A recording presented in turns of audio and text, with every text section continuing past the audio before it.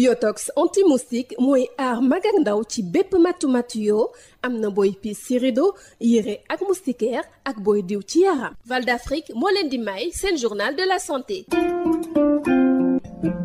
asalaamaaleykum mbokk déglukat yi dal leen ak jàmm. aar liggéeykat yi ci yenn xeetu feebar wala accident yi nga xam ne mën na leen a dal ci bërëb ya ñuy liggéeyee pour mu antu dafay laaj ñuy topp lu ñuy wax visite médicale annuelle boo xam ne liggéeykat bi da ko war a def te loolee ab décret daal di ko taxawal te mu aju ci wàllu médecine du travail. décret boobee di xamle ne liggéeykat bu nekk dafa war at mu ne def ab examen médical boo xam ne dina ko def lu mu gën a néew benn yoon loolee pour xam ndax liggéey ba ñu ko sas wér-gu-yaramam mën na ko may mu wëyal ko wala déet. docteur Ahmadou Bari di médecin du travail ca caisse de sécurité sociale di dellu si ci xeetu visite yi nga xam ne moo obligatoire te bépp liggéeykat war ko mën a def at mu nekk. effectivement dañ ko organiser ci service de médecine yi. benn pour xool d'abord est-ce que kii ñëw wér na. ñaareel bi ñu protéger agent yi mu fa fekk. mën na am feebar boo xam ni dafay présenter danger pour ñeneen ñu xool ko. soo toogee ci entreprise bi at fekk chaque année dañuy organiser dañuy wax visite annuelle.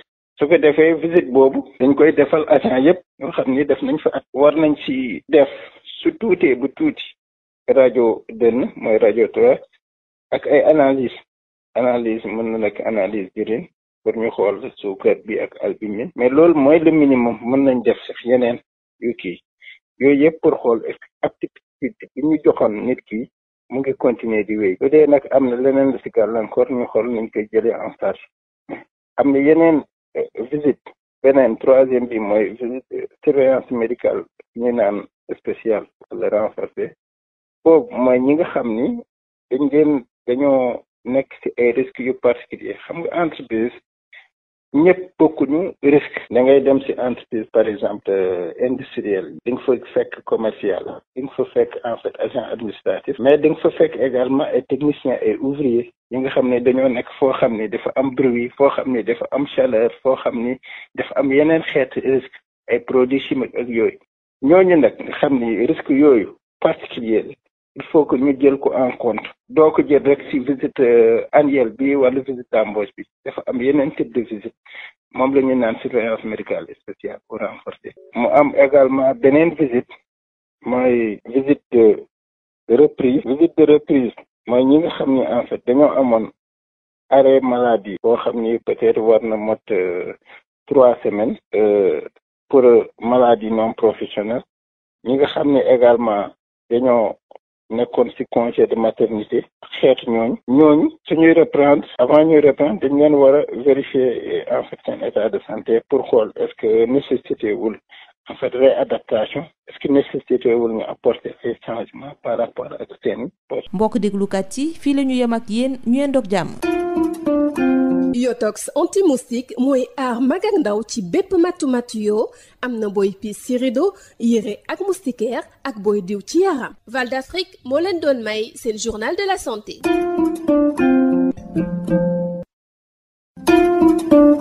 Yotox anti-moustique pour le corps, les vêtements, les rideaux et draps vous protège contre les moustiques chez l'adulte et l'enfant. Val d'Afrique vous offre votre journal de la santé. Bonjour chers auditeurs, la prévention des risques et maladies professionnelles nécessite le respect de la visite médicale annuelle du travailleur. Le décret numéro 2006-1258 du 15 novembre 2006 fixant les missions et les règles d'organisation et de fonctionnement des services de médecine du travail dispose dans son article 40 que tout salarié doit obligatoirement bénéficier d'un examen médical au moins une fois par an en vue de s'assurer du maintien de son aptitude au poste de travail occupé. Le docteur Ahmadou Bari, médecin du travail à la caisse de sécurité sociale, revient sur ces visites obligatoires. D'abord la visite d'embauche, avant même que l'individu n'intègre ou bien qu'il ne termine la fin de sa période d'essai. Et cette visite d'embauche, en fait, son objectif, c'est de voir si l'individu est réellement apte. Sinon, si il ne présente pas une affection dangereuse pour des autres, parce qu'il trouvera d'autres agents qui sont déjà recrutés. Est-ce qu'il n'amène pas une maladie en fait dangereuse pour ces gens-là? Sinon, c'est de voir en fait les possibilités d'adapter son poste à sa posture, etc. Une autre visite existe, c'est la visite annuelle. Là, c'est une visite qui est organisée chaque année au sein des services de médecine d'entreprise. Cette visite également consiste à vérifier en fait si l'aptitude en fait qu'on avait remis à la personne à l'embauche est toujours valable. D'autres visites sont organisées, c'est la surveillance médicale renforcée ou visite spéciale. Ça consiste en fait à avoir un certain nombre de travailleurs soumis à des risques spéciaux, des risques particuliers, tels que les bruits, tels que d'autres en fait types de risques qui sont définis par ces ministériels. Les travailleurs âgés de moins de 18 ans, les femmes enceintes, les femmes allaitantes, les travailleurs et migrants dans la période de 18 mois, etc. Et la périodicité de ces visites également est fixée par le médecin du travail selon en fait les risques auxquels ils sont soumis. Il y a une visite de reprise qui est organisée également. Ça, c'est pour des absences pour raisons médicales, mais autres que la maladie professionnelle, ou bien dans le cadre en fait des congés de maternité chez la femme. Dans ce cadre-là, la visite est organisée par le médecin du travail, tout simplement pour voir s'il y a des possibilités de réadaptation en fait des postes. C'est tout pour aujourd'hui. Merci de nous avoir suivis. Biotox anti-moustique pour le corps, les vêtements, les rideaux et draps vous protège contre les moustiques chez l'adulte et l'enfant. Val d'Afrique vous a offert votre journal de la santé.